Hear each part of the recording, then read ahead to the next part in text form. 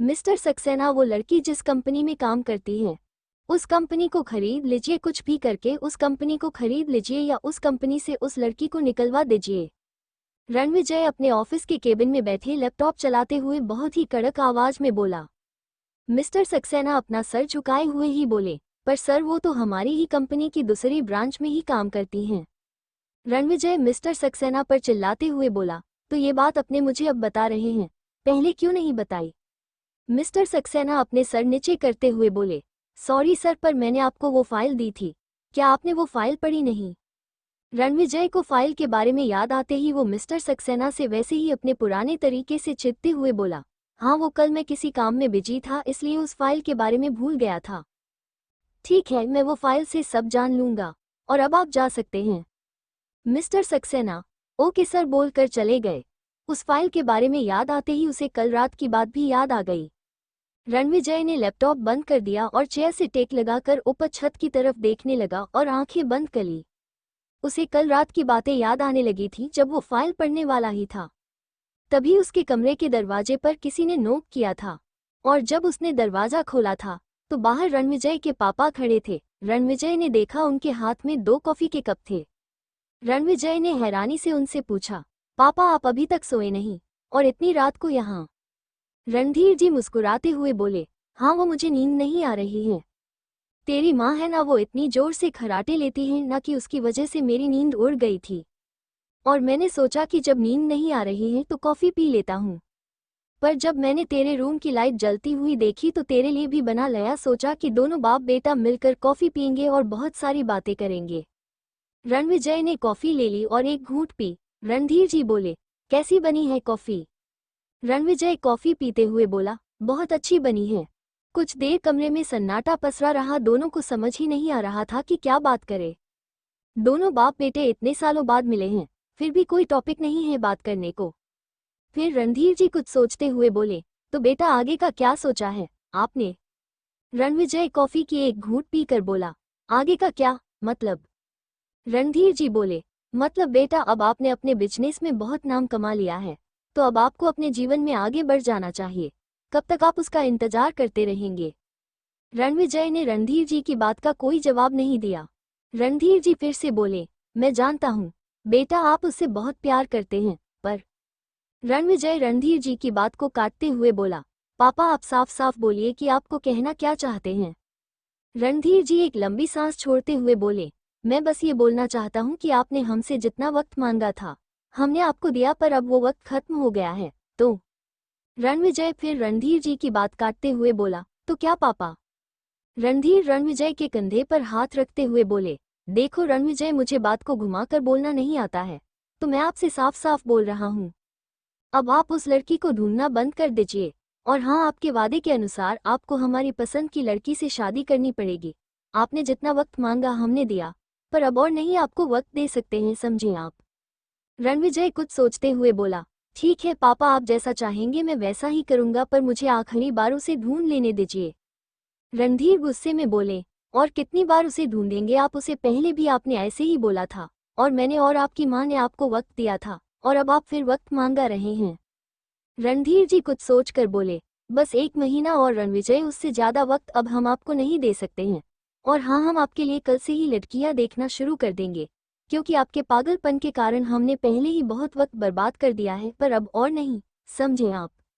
ये सब बोलकर रणधीर जी वहां से चले गए। रणविजय वहीं पर बैठे ये सब बातें सोच रहा था। रणधीर जी की बातों की वजह से रणविजय रात भर ठीक से सो नहीं पाया था। रणविजय ने अपनी आंखें खोली और डोर से वो फाइल निकाली। उसने फाइल को खोला तो पहले पन्ने पर रीत का पूरा नाम लिखा था और उसका जन्म कब हुआ, उसके माता पिता का नाम, सब कुछ लिखा था। रणविजय ने रीत का पूरा नाम धीरे से बोला, रीत शर्मा, पता नहीं क्यों ये नाम मैंने आशिया के सिवा और कहीं भी सुना है, पर मुझे याद क्यों नहीं आ रहा है। रणविजय अपने इस ख्याल को हटाते हुए दूसरे पन्ना पलटने वाला था कि तभी उसके दरवाजे पर किसी ने नोक किया। रणविजय ने फाइल में ही देखते हुए बोला, आ जाओ, कैसे हो मेरे यार? रणविजय के कानों में एक जानी पहचानी आवाज जा पहुंची।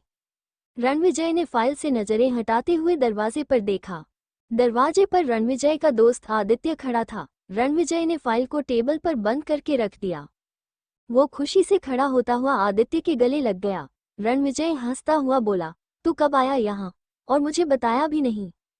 आदित्य रणविजय से अलग होते हुए बोला, सब बताता हूँ, पहले बैठने को नहीं बोलेगा या सब बातें यही करेगा। रणविजय अपने हाथ से चेयर की तरफ इशारा करते हुए बोला, ओ सॉरी यार, आओ बैठो आके। आदित्य चेयर पर बैठ गया और रणविजय अपनी चेयर पर बैठते हुए बोला, अगर तुझे इंडिया आना था तो कल मेरे साथ आ जाता, और तूने बताया भी नहीं कि तू आ रहा है, मैं लेने आ जाता तुझे। आदित्य हंसते हुए बोला, अरे यार अचानक से प्लान बन गया, वो साहबजादे है सार्थक, उसने अपना कॉलेज यहाँ ट्रांसफर करवा लिया है। रणविजय हैरानी से बोला, पर क्यों, अमेरिका के इतने अच्छे कॉलेज छोड़कर उसने यहाँ क्यों करवा लिया? आदित्य अपने कंधे ऊंचे करते हुए बोला, मुझे क्या पता यार, कुछ दिन पहले आया था इंडिया भाया भाभी से मिलने, और उसके बाद मुझसे कहने लगा कि मुझे अब इंडिया में पढ़ना है, मेरा वहाँ मन नहीं लगता, क्योंकि ना मेरे पास उसके लिए वक्त है और ना तेरे पास जिसके लिए वो वहाँ गया था। रणविजय बोला, तो तूने उसे समझाया क्यों नहीं? आदित्य अपने आंखों की आईब्रो ऊपर करते हुए बोला, तुझे क्या लगता है मैंने उसे समझाया नहीं? अरे मैंने उसे बहुत समझाया, यहाँ तक कि भाया भाभी ने भी समझाया, पर वो नहीं माना, तो मुझे मजबूरी में उसकी एडमिशन के लिए माना पड़ा। वैसे भी यहाँ रहेगा तो ज्यादा ठीक है। अब तू बता कैसा चल रहा है यहाँ सब? रणविजय कुछ बोलने जा ही रहा था कि तब तक किसी ने दरवाजे पर नोक किया। रणविजय दरवाजे की तरफ देखते हुए बोला, यस कम इन। मिस आर्या अंदर आए और रणविजय की तरफ देखते हुए बोली, सर वो आपकी मीटिंग का वक्त हो गया है, सारे क्लाइंट आ गए, वो सब आपका वेट कर रहे हैं। रणविजय ने हाँ में सर हिलाते हुए बोला, ओके मैं बस आ रहा हूँ, आप चलिए। आर्या ने हाँ में सर हिला दिया और वहां से चली गई। रणविजय आदित्य की तरफ देखते हुए बोला, मैं बस थोड़ी देर में आता हूँ, तब तक तुम नाश्ता करो, ओके? आदित्य ने हाँ में सर हिलाते हुए बोला, हाँ हाँ जरूर, मैं यहाँ पर तुम्हारा इंतजार करता हूँ। रणविजय मुस्कुराते हुए वहां से चला गया। आदित्य रणविजय एक अकेला दोस्त है, आदित्य के सिवा उसका कोई दोस्त नहीं है। आदित्य और रणविजय की दोस्त श्री कृष्ण और सुदामा जैसी है। आदित्य रणविजय को अपने भाई से भी बढ़कर मानता है, और वही हाल रणविजय का भी है। आदित्य कुछ देर तक मोबाइल चलाता रहा, उसके बाद वो रणविजय की ऑफिस में जो फाइल रखी थी वो देखने लगा। तभी उसकी नज़र टेबल पर रखी फाइल पर चली गई। आदित्य ने उस फाइल को उठाया और उसने जैसे फाइल के पहले पन्ने पर नाम को पढ़ा, उसके चेहरे पर पसीना और घबराहट साफ साफ दिख रही थी। उसने धीरे से वो नाम बुदबुदाया, रीत शर्मा। जैसे जैसे वो फाइल को पढ़ता गया वैसे वैसे उसकी हालत बिगड़ रही थी। रणविजय ने ऑफिस के अंदर कदम रखा तो देखा कि आदित्य तो है ही नहीं वहां पर। उसने ऑफिस में हर जगह देखा पर आदित्य कहीं नहीं था। रणविजय हैरानी से बोला, अरे अब ये कहाँ चला गया? मुझे बिना बताते घर तो नहीं चला गया ना? फोन करके देखता हूँ। रणविजय ने आदित्य को कॉल किया तो उस तरफ से आदित्य की आवाज आई। रणविजय बोला, तू तो चला गया यार। आदित्य हंसते हुए बोला, और मैं वहाँ क्या करता बैठे बैठे, तू तो अपने काम में बिजी है, इसलिए मैंने सोचा कि बैठे रहने से अच्छा है कि तेरे मम्मी पापा से मिल लेता हूँ। रणविजय, अरे तो साथ में चलते ना? अच्छा तू बता कहाँ, मैं अभी तुझे लेने आता हूँ और फिर साथ में घर चलेंगे। आदित्य, अरे नहीं नहीं रहने दे, मैं बस तेरे घर के पास ही हूँ यार, तू आराम से आना, अपना सारा काम खत्म करके, ठीक है ना? चल अब मैं रखता हूँ। रणविजय, चल ठीक है, फिर रात में मिलता हूँ घर पर, ओके बाय। आदित्य, हाँ बाय बाय। आदित्य ने जैसे फोन रखा अचानक से उसके चेहरे की मुस्कुराहट कहीं गायब सी हो गई और उसके चेहरे पर एक डर और घबराहट साफ साफ दिख रहा था। उसने अपनी नज़र अपने हाथ में ली हुई फाइल पर डाली। वो धीरे से बुदबुदाते हुए बोला, मुझे कुछ भी करके इस फाइल और उस राज को छुपाए रखना होगा, क्योंकि अगर इस फाइल का राज रणविजय को पता चला तो उसका जीवन बर्बाद हो जाएगा और मेरे रहते रणविजय को कुछ नहीं हो सकता है।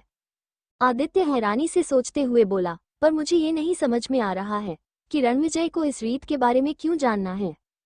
कहीं ऐसा तो नहीं है कि रणविजय को सब कुछ याद आ गया हो उस रात का, इसलिए वो रीत के बारे में सब जानना चाहता हो? नहीं नहीं, ऐसा कैसे हो सकता है? मुझे अच्छे से याद है, डॉक्टर ने कहा था कि रणविजय को उस रात के बारे में याद आना बहुत मुश्किल है। मुझे पता लगाना होगा कि आखिर क्यों रणविजय रीत के बारे में जानना चाहता है, और अगर मेरा शक सही है तो मुझे कुछ तो करना होगा। इन दोनों को मुझे किसी भी हालत में मिलने नहीं देना है। राधे कृष्णा की ज्योति आलोकित तीनों लोक में छाए रही हैं। भक्ति विवश एक प्रेम पुजारिन फिर भी दीप जलाए रही हैं।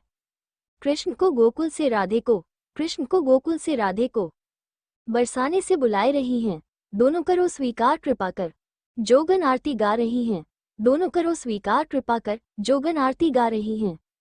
भोर भय ते सांझ ढले तक, सेवा को नित नेम महारो, स्नान कराए वो वस्त्र ओढ़ाए वो, भोग लगाए वो लागत प्यारो, कवते निहारत आपकी ओर, कवते निहारत आपकी ओर, कि आप हमारी ओर निहारो, राधे कृष्णा हमारे धाम को, जानी वृंदावन धाम पधारो, राधे कृष्णा हमारे धाम को, जानी वृंदावन धाम पधारो। पंडित जी कौन है ये लड़की जिसने इतना अच्छा भजन गाया है?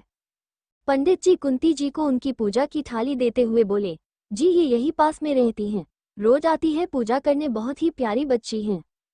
कुंती जी उस लड़की की तरफ देखते हुए मुस्कुराते हुए पंडित जी से बोली, क्या नाम है इस लड़की का? पंडित जी बोले, इस बच्ची का नाम रीत है, आप मिलना चाहती हैं? रुकिए मैं अभी बुलाता हूँ।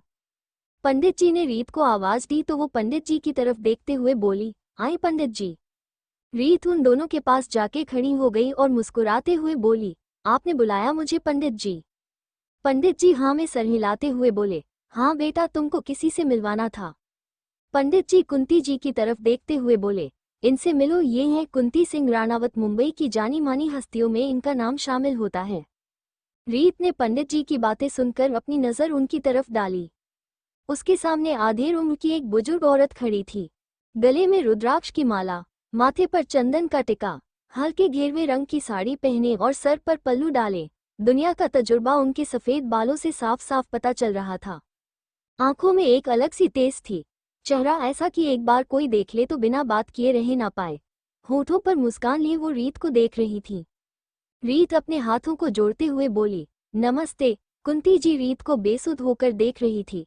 भोली सी सूरत, मासूम सा चेहरा, आंखों में एक अलग सी उदासी, होठों पर मुस्कान लिए वो कुंती जी की तरफ बहुत प्यार से देख रही थी।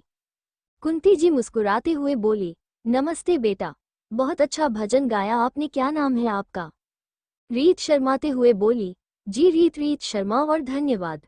तभी रीत अपने हाथ में बंधी घड़ी की तरफ देखते हुए बोली, अच्छा पंडित जी अब मैं चलती हूँ, ऑफिस के लिए मुझे देर हो रही है। रीत उन दोनों को नमस्ते करके चली गई। कुंती जी रीत को जाते हुए देख रही थी। वो मन ही मन में बोली, कितनी प्यारी लड़की है कान्हा, मेरे रणविजय के लिए एक ऐसी लड़की भेज दो। कुंती जी को ख्यालों में खोया देखकर पंडित जी बोले, कहाँ खो गई? पंडित जी की आवाज सुनकर कुंती जी होश में आते हुए बोली, कुछ नहीं पंडित जी, बस उस लड़की को देख रही थी, कितनी प्यारी और संस्कारी लड़की है, मैं भी अपने रणविजय के लिए ऐसी ही लड़की चाहती हूँ। पंडित जी मुस्कुराते हुए बोले, आप बिल्कुल सही बोल रही हैं कुंती जी, ये लड़की बहुत संस्कारी है, पर भगवान भी ऐसे ही लोगों की परीक्षा लेते हैं, बेचारी ने इतनी कम उम्र में बहुत दुख झेले हैं। कुंती जी हैरानी से पंडित जी की तरफ देखते हुए बोली, कैसे दुख पंडित जी? पंडित जी कुछ बोलने जा ही रहे थे कि कुंती जी के बॉडीगार्ड ने उनके पास आके कुछ कहा। कुंती गंभीर स्वर में बॉडीगार्ड से बोली, ठीक है तुम गाड़ी निकालो, मैं आती हूँ। कुंती जी पंडित जी से बोली, ठीक है पंडित जी मैं चलती हूँ। पंडित जी ने हाँ में सर हिला दिया, सर वो मुझे वापस अमेरिका जाना है। रणविजय जो अपने लैपटॉप में कुछ काम कर रहा था, आर्या की बात सुनकर हैरानी से उसकी तरफ देखा जो डरी हुई सर झुकाए खड़ी थी। आर्या को ऐसे देखकर रणविजय फिर अपने लैपटॉप में काम करते हुए गंभीर स्वर में बोला, मिस आर्या क्या मैं जान सकता हूँ कि आप अमेरिका क्यों जाना चाहती हैं, जबकि आपके बॉस यानी मैं इंडिया में हूँ और आप मेरी सेक्रेटरी हैं, तो आपको मेरे साथ रहना है।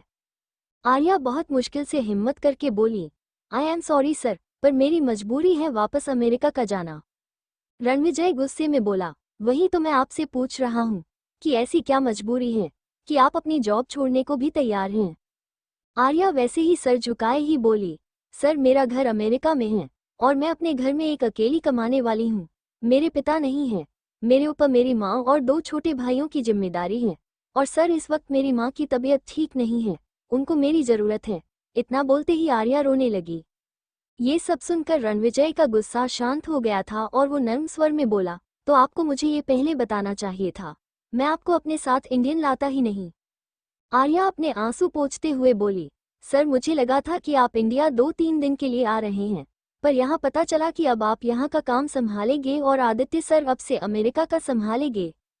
रणविजय कुछ देर सोचने के बाद बोला, ठीक है आप अमेरिका जाइए, मैं अभी मिस्टर सक्सेना से आपके लिए अमेरिका की टिकट बुक करवाता हूँ, और अब से आप आदित्य की सेक्रेटरी हैं। ओके अब आप जा सकती हैं। आर्या खुश होती हुई बोली, thank you sir, thank you so much sir. इतना बोलकर आर्या ऑफिस से बाहर आ गई। बाहर आके आर्या मन ही मन बोली, थैंक गॉड सर मान गए। मुझे नहीं पता था कि इस पत्थर के पास भी दिल है। वैसे इतना खड़ूस नहीं है, पर यार मुझे उस इंसान पर तरस आ रहा है जो अब इस हिटलर की सेक्रेटरी बनेगा। भगवान ही भला करे उसका।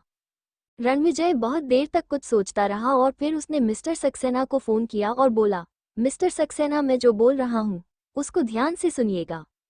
रणविजय ने मिस्टर सक्सेना से बात करने के बाद अपनी कुर्सी पर टेक लगाकर ऊपर की तरफ देखते हुए धीरे से बोला, मैं अपनी मंजिल के बहुत करीब हूँ। इतना बोलते ही रणविजय के चेहरे पर एक शैतानी मुस्कान आ गई।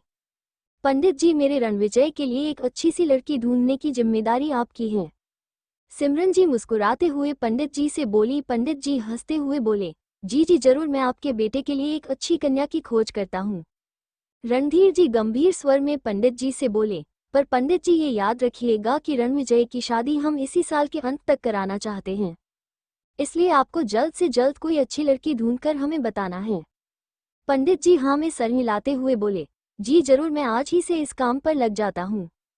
ये ही सब बातें चल ही रही थी कि वहां रणविजय आ गया और एक गंभीर स्वर में बोला, ये सब क्या चल रहा है माँ, और पंडित जी यहाँ क्या कर रहे हैं। सिमरन जी रणविजय की तरफ देखते हुए बोली, बेटा पंडित जी को हमने आपकी शादी के लिए बुलाया है। सिमरन जी की ये बात सुनकर रणविजय गुस्से से बोला, मेरी शादी किससे पूछकर आप ये सब कर रही हैं? क्या आपने मुझसे पूछना भी जरूरी नहीं समझा? मैं शादी नहीं करूंगा, आप पंडित जी को वापस भेज दीजिए। रणविजय की ऐसी बातें सुनकर सब हैरान हो गए। रणधीर जी अपनी जगह से उठते हुए रणविजय से गंभीर स्वर में बोले, हमें आपसे पूछने की जरूरत नहीं है रणविजय। रणविजय रणधीर जी की तरफ देखता हुआ बोला, पर ये मेरे जीवन का सवाल है पापा, आप ऐसे अपनी मनमानी नहीं कर सकते हैं। मैंने आपसे कुछ वक्त मांगा था ना।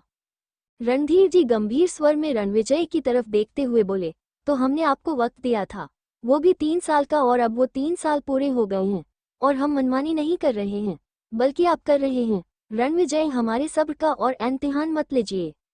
रणविजय के पास कुछ भी बोलने को नहीं था, वो चुपचाप रणधीर जी की बात को सुन रहा था। सिमरन जी रणविजय को समझाते हुए बोली, बेटा मैं और आपके पापा आपकी भलाई चाहते हैं, हम सब आपसे बहुत प्यार करते हैं रणविजय, इसलिए आपको शादी के लिए फोर्स कर रहे हैं। हम सब चाहते हैं कि आप अपने जीवन में आगे बढ़े। बेटा आप ये तो जानते हैं ना कि आपकी दादी की अब उम्र हो गई है, पर फिर भी वो आपके खातिर कोई भी ऐसा मंदिर नहीं छोड़ा होगा जहां उन्होंने आपकी खुशी के लिए प्रार्थना ना की हो। रणविजय हमारे बारे में ना सही अपनी दादी के लिए हाँ बोल दीजिए। रणविजय कुछ देर चुप रहा, फिर कुछ सोचने के बाद बोला, पर माँ। रणधीर जी रणविजय की बात को बीच में ही काटते हुए बोले, पर वर कुछ नहीं रणविजय, हमने फैसला कर लिया है, आपकी शादी इसी साल होगी। इतना बोलकर रणधीर जी वहां से चले गए। सिमरन जी रणविजय के कंधे को थपथपा के रणधीर जी के पीछे पीछे चली गई। रणविजय उन दोनों को जाते हुए देख रहा था और धीरे से बुदबुदाते हुए बोला, अच्छी जबरदस्ती है यार, कौन कहता है कि सिर्फ लड़कियों की जबरन शादी करवाई जाती है। यार यहाँ तो लड़कों तक को नहीं छोड़ा जाता है। अब मैं क्या करूँ यार, मैं तो बुरी तरह फंस गया हूँ। मुझे कैसे भी करके उस लड़की से आशिया का पता लगवा होगा। रणविजय कार में बैठा था और उसके दिमाग में यही सब चल रहा था कि उसने अपने मन ही मन में बोला, अब क्या करूँगा मैं अगर अब शादी से पीछे हटा तो मेरे माता पिता मुझे माफ़ नहीं करेंगे। अरे यार मुझे आज उस लड़की से मिलकर सब कुछ साफ साफ पूछना होगा और आशिया को जल्दी से जल्दी घर लेकर आना होगा, वरना ये मेरा परिवार मेरी शादी कहीं और करवा देगा। पर यार क्या वो लड़की मुझे कुछ बताएंगी या नहीं। रणविजय यही सब ख्यालों में खोया था कि उसकी कार ट्रैफिक लाइट रेड होने के कारण रुक गई। रणविजय की नज़र कार की खिड़की से बाहर चली गई। उसने देखा रोड के किनारे कुछ कुत्ते के पिल्ले भूख के कारण प्लास्टिक की पन्नी को चबा रहे हैं। उनके पास से हर कोई निकल रहा था, पर कोई भी उन छोटे से पिल्लों को ना रोक रहा था, ना ही कुछ खाने को डाल रहा था। हर कोई अपने जीवन में इतना व्यस्त हो गया है कि उसके पास किसी बेजुबान जानवर के लिए भी थोड़ा सा वक्त नहीं है। इंसान खुद के लिए महंगे से महंगे होटल में जाकर खाना खा सकता है, पर 1 रुपए का बिस्किट किसी बेजुबान जानवर को नहीं खिला सकता है। ये प्लास्टिक की गंदगी फैलाता इंसान है, और मरते कौन है ये बेजुबान जानवर। रणविजय के दिमाग में यही सब चल रहा था। एक बार तो रणविजय का दिल करा कि वो जाके उन छोटे छोटे पिल्लों को कुछ खिला दे जाके, जिससे वो प्लास्टिक की पन्नी ना खाएं। पर रणविजय अपनी कार से उतरकर वहां नहीं जा सकता था, क्योंकि बीच में बहुत सी गाड़ियां खड़ी थी और ग्रीन लाई भी होने वाली थी। रणविजय बहुत उदासी से उन पिल्लों को देख रहा था कि तभी एक लड़की वहां आई और उसने एक पिल्ले को अपनी गोद में उठाकर प्यार करने लगी। फिर उसने उसे कुछ बिस्किट खाने को दिया। वो लड़की बहुत प्यार और दुलार से उन पिल्लों को खाना खिला रही थी और एक माँ की तरह डांट रही थी। रणविजय की तो नज़र ही नहीं हट रही थी उस लड़की से। जहां वो ये सोच रहा था कि इस दुनिया में किसी के पास किसी के लिए वक्त नहीं है, वहां क्या ऐसे भी लोग होते हैं क्या? उस लड़की ने एक पिल्ले को अपने चेहरे के सामने लिया और उस पिल्ले को हल्का हाथ करके थप्पड़ मारने का नाटक करने लगी। उसे ऐसा करते देखकर रणविजय के चेहरे पर एक हल्की सी मुस्कान आ गई। रणविजय उस लड़की को बहुत ध्यान से देख रहा था। कितना प्यार चेहरा है, उसे प्यारी उसकी मुस्कुराहट और उस पर उसकी बालों की लटें जो बार बार उसके चेहरे को छूने की कोशिश करती हैं। गुलाबी रंग का सलवार सूट उसकी सुंदरता को और भी ज्यादा निखार रहा था। तभी ग्रीन लाई हो गई और रणविजय की कार आगे निकल गई। रणविजय उस लड़की को पीछे छोड़कर आगे निकल गया, पर दिल में कहीं ना कहीं वो लड़की अपनी जगह बना चुकी थी। वो फाइल खो जाने के कारण रणविजय ने रीत को देखा ही नहीं था। आज वो दिन आ भी गया जब रीत रणविजय के सामने होंगी, रणविजय की सेक्रेटरी के तौर पर, क्योंकि आर्या तो वापस अमेरिका चली गई हैं और रणविजय का काम बिना सेक्रेटरी के होगा नहीं, और इसका फायदा रणविजय ने बहुत अच्छे से उठाया है। रणविजय ने मिस्टर सक्सेना से कहकर रीत को अपनी दूसरी कंपनी से ट्रांसफर करवा के उसे इस कंपनी में अपनी सेक्रेटरी के तौर पर रखा है, जिससे वो रीत पर नजर रख सके और उससे आशिया का पता लगवा सके। अब आगे मैं अंदर आ सकती हूँ सर? रीत दरवाजे के पास से बोली। यस कमिंग, रणविजय ने बोला। रीत रणविजय की टेबल के पास आके खड़ी हो गई। रणविजय रीत की तरफ पीठ किए हुए अपनी कुर्सी पर बैठा था। रणविजय रीत से वैसे ही बोला, यस बोलिए। रीत घबराती हुई बोली, सर मेरा नाम रीत शर्मा है। आज से मैं आपकी नई सेक्रेटरी हूँ। ये रहा मेरा ज्वाइनिंग लेटर और ये रही मेरी फाइल जिसमें मेरे सारे सर्टिफिकेट हैं। रीत ने अपनी फाइल रणविजय की टेबल पर रख दी। रणविजय वैसे ही कुर्सी पर बैठे ही रीत की फाइल को टेबल पर से उठा लिया और पढ़ने लगा। कुछ देर बाद रणविजय बोला, हूँ रीत शर्मा। रीत हाँ में सर हिलाते हुए बोली, जी। रणविजय उसकी तरफ मुड़ा और फाइल में देखते हुए बोला, तो आपने ग्रेजुएशन होने के बाद आगे क्यों नहीं पढ़ी? रीत अपना सर झुकाए ही बोली, सर कुछ फैमिली प्रॉब्लम थी, इसलिए मैं अपनी पढ़ाई आगे नहीं जारी रख पाई। रणविजय फाइल को बंद करते हुए रीत की तरफ देखने के लिए नजरें उसकी तरफ की और उसकी आंखें उन दो झुकी हुई आंखों पर जा रुकी। वो बड़ी बड़ी कजली आंखें, गुलाब की पंखुड़ियों जैसे पतले होंठ, लंबे बाल, गुलाबी गाल, पतली सी कमर, गुलाबी रंग का सलवार सूट पहने उसकी तरफ ही देख रही थी। रणविजय तो उसकी आंखों में खो सा गया था। बहुत उदास और शांत थी उसकी आंखें, जैसे बहुत सा दर्द था उन आंखों में। रणविजय मन ही मन में बोला, ये तो वही लड़की है जिसे मैंने अभी कुछ देर पहले रोड के किनारे उन पिल्लों को बिस्किट खिलाते देखा था। अच्छा, तो यही रीत शर्मा है। रणविजय को कहीं खोया हुआ देखकर रीत धीरे से बोली, सर आप ठीक तो है ना? रीत की आवाज सुनकर रणविजय होश में आ गया। रणविजय अपनी नजरें फाइल पर डालते हुए बोला, जी मैं बिल्कुल ठीक हूँ। तो मिस शर्मा, आप हमारी दूसरी कंपनी में किस पोस्ट पर थी?